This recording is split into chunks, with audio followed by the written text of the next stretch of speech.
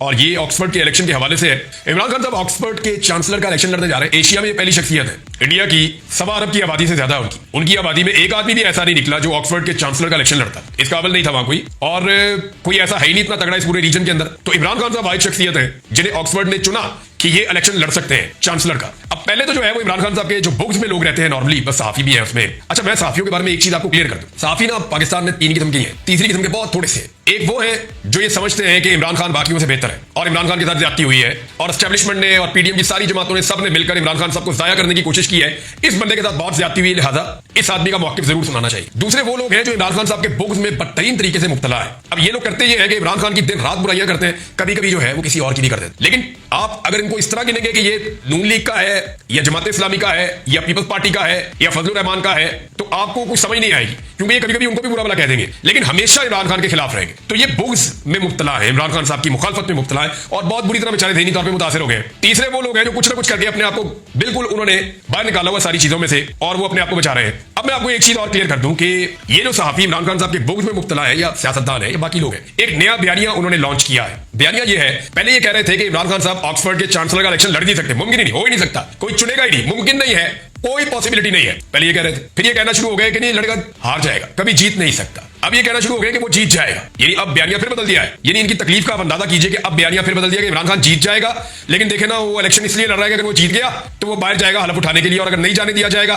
तो बैन अक़वामी सतह पे पाकिस्तान के लिए मसाइल पैदा होंगे। फिर वो तड़े बयानिया दे यार, एक जगह बयानिया तो रोक ले आप अपना। कभी आप कहते हैं लड़ नहीं सकता, फिर कहते हैं जीत नहीं सकता, आप कहते हैं जीत सकता है, हलफ नहीं उठा सकता। वो भैया वो इमरान खान है, वो ब्रांड है। आप जिन पॉलिटिकल पार्टीज के अंदर इमरान खान ढूंढने की कोशिश करते हैं या जिनको इमरान खान के मुकाबले में आप लेकर आते हैं, उनमें से कोई बंदा जो है वो मेरिट के ऊपर दाखिला नहीं ले सकता ऑक्सफोर्ड यूनिवर्सिटी में। ये इनकी काबिलियत है, और वो आदमी वहां पे चांसलर का इलेक्शन लड़ने जा रहा है। हो सकता है वो जीत भी जाए, और अगर वो जीत भी गया तो देख लेंगे पाकिस्तान की रियासत क्या करती है। इससे पहले भी बड़े तमाशे लगाए, आइंदा भी लग सकता है। एक और नाज़रीन बुरी खबरें जो है वो तवातर के साथ आती है। मियां साहब का विजन खत्म ही नहीं हो रहा। अभी खबर आ रही है कि यूटिलिटी स्टोर्स बंद किए जाएंगे। मैं तफसील में जाऊंगा आपके साथ। IMF जो इनके साथ कर रहा है, इनको फिर मजीद अरबों डॉलर चाहिए जो इनको उधार लेने पड़ेंगे बैरूनी मुल्क बैंकों से, और वो ठीक ठाक इनको सूद के ऊपर पैसा देंगे। इससे पहले भी ये लेते रहे हैं। साथ में इनको चाइना को मनाना है, सऊदी अरब को मनाना है, अमीरात को मनाना है, बाकी मुल्कों को मनाना है। कैसे करेंगे, कैसे करेंगे? ये बहुत मुश्किलात में घिरे हुए हैं। IMF की डील तो हो जाएगी, लेकिन पाकिस्तान को अच्छी तरह निचोड़ के होगी जो हालात दिखाई दे रहे हैं। अब खबर यह है कि 8036 कंपनियां गुज़िश्ता साल पाकिस्तान से दुबई चली गई।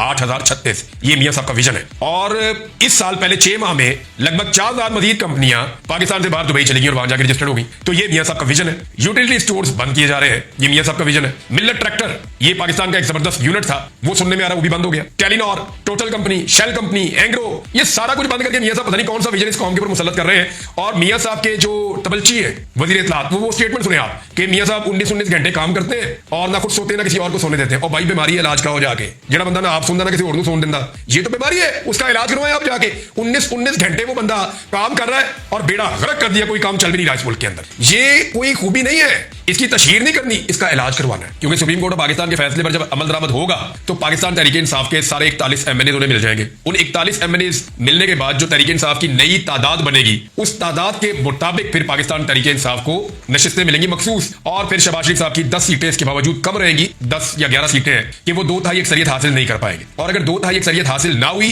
तो काजी साहब की एक्सटेंशन भी नहीं हो पाएगी। और काजी साहब की एक्सटेंशन, अब वो मामला वैसा रहा नहीं, क्योंकि काजी साहब के बारे में बहुत सारे दोस्त अब ये कह रहे हैं कि शायद वो काम के नहीं रहे, या काजी साहब जिस तरह के थे शायद अब वो वैसे हो ना पाए। क्योंकि ये जो एक केस हुआ मुबारक सानी वाला, इसमें नजर सानी फिर नजर सानी, तो काजी साहब पूरी तरह से शेक हो गए। यानी वो घबराए हुए थे, उनके हाथ कांप रहे थे, उनकी आवाज में कपकपाहट थी, वो बहुत सहमे हुए लग रहे थे। और ऐसा शख्स क्या बतौर चीफ जस्टिस कंटिन्यू कर सकता है, ये सवाल बार बार पूछा जा रहा है। यानी वो काजी साहब जो ये कहा करते थे कि मैं किसी के दबाव में नहीं आता, फिर हमने उन्हें देखा कि वो कितने दबाव के अंदर है। अब काजी साहब ने पहले एक फैसला दिया, उसके बाद काजी साहब ने कहा जी वो मेरा फैसला गलत था, गैर आईनी था, गैर कानूनी था, लिहाजा उस फैसले को वापस करने के लिए उन्होंने उलमा इकराम से राय ली। उलमा इकराम की राय के मुताबिक, उनकी निगरानी में या उलमा इकराम के कहने के मुताबिक उन्होंने वो फैसला तब्दील किया। अब मामला यह है कि काजी साहब का एक फैसला 13 जनवरी का है बल्ले वाला, उस पर काजी साहब कहते हैं कि उसकी तशरीह गलत हुई है।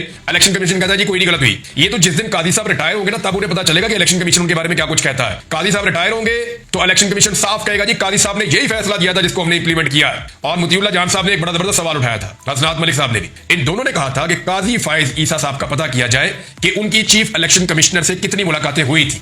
अब काजी साहब कह रहे हैं कि मेरे फैसले की गलत तशरीह हो गई, मैंने कहा कुछ और, इलेक्शन कमीशन ने किया कुछ और। इलेक्शन कमीशन कह रहा है नहीं काजी साहब नहीं, जो आपने कहा हमने वही किया, कोई तशरीह गलत नहीं हुई। और वो अब भी काजी साहब की अदालत सुप्रीम कोर्ट ऑफ पाकिस्तान का फुल कोर्ट का फैसला अभी तक तस्लीम नहीं कर रहे, उस पर अमल दरामद नहीं हो रहा है। इमरान खान साहब ने उसके बारे में बात की है। दो खदशात का इमरान खान साहब ने इजहार किया जो बड़े इंपॉर्टेंट है सुप्रीम कोर्ट ऑफ पाकिस्तान को लेकर, उस पर मैं आपको बाद में बात करता हूं। उन्होंने कहा कि सुप्रीम कोर्ट के फैसले पर अमल दरामद ना होने पर एहतजाज कब करना है। पार्टी की आदत को कहता हूं, इस दफा अगर किसी ने रोका तो आपने रुकना नहीं है। एक सहाफी ने सवाल किया कि जनरल फैज के ट्रायल पर दूसरी जानिब से एक जवाब आया, जब इमरान खान साहब ने कहा कि ओपन ट्रायल करें अगर तो 9 मई को बीच में डालना है, मुझे डालना है। तो जवाब आया कि इमरान खान फैज हमीद के ओपन ट्रायल का मुतालबा करने वाले होते कौन है, वो तसल्ली रखे उनका ट्रायल हुआ तो ओपन ही होगा। इस सवाल पर इमरान खान ने कहा कि मैं मुल्क की सबसे बड़ी सियासी जमात का सरबराह हूं जो ओपन ट्रायल की बात कर रहा हूं। आप इतना बड़ा इल्जाम लगा रहे हैं कि फैज हमीद से मिलकर 9 मई की साजिश की, मैंने जीरो से पार्टी शुरू की और 28 साल से आइन के अंदर रहकर जदोजहद कर रहा हूं। अगर 9 मई में फैज मुलव्वस था तो आप ओपन ट्रायल करें। ये मिलिट्री का इशू है, ना ही सीक्रेट इंटरनेशनल इशू है। मिलिट्री का इशू ठीक है, खोले इसको, अगर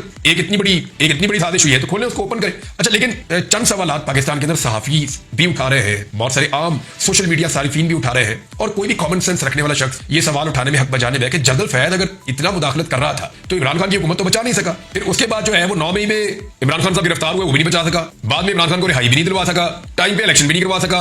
यानी कोई ऐसी चीज जो कोई एक फायदा पाकिस्तान तरीके इंसाफ को दिलवा सका हो तो फिर तो कोई कहे। लेकिन मैंने आपको खबर दी थी आज से 2 साल पहले, मई 2022 में, कि इमरान खान साहब ने 2 सीनियर 3 लोगों के नंबर ब्लॉक कर दिए हैं, जिनमें से एक जनरल फैज हमीद और जिनमें से दूसरा जनरल कमर जावेद बाजवा। इन दोनों को इमरान खान साहब ने उस वक्त ब्लॉक किया था। बाकी सारी साजिशें और कहानियां तो उसके बाद की है। और इमरान खान साहब ने खुद कहा कि जब वो DGIS ही नहीं रहा तो फिर मेरा उसके साथ क्या काम था। तो वो इंटरेक्शन इमरान खान साहब के बकौल उससे पहले थी। बहरहाल इमरान खान साहब ने मजीद बात की, उन्होंने कहा जी कि अगर हमुद रहमान कमीशन रिपोर्ट पर अमल होता तो आज मुल्क में जमहूरियत होती। ओपन ट्रायल से मुल्क का वही फायदा होगा जो हमुद रहमान कमीशन की रिपोर्ट पर अमल दरामद करने से होता। हमुद रहमान रिपोर्ट पर अमल दरामद होता तो मुल्क में 3 मार्शल लॉ ना लगते और ना ही आज गैर एलानिया मार्शल लॉ नाफिज होता।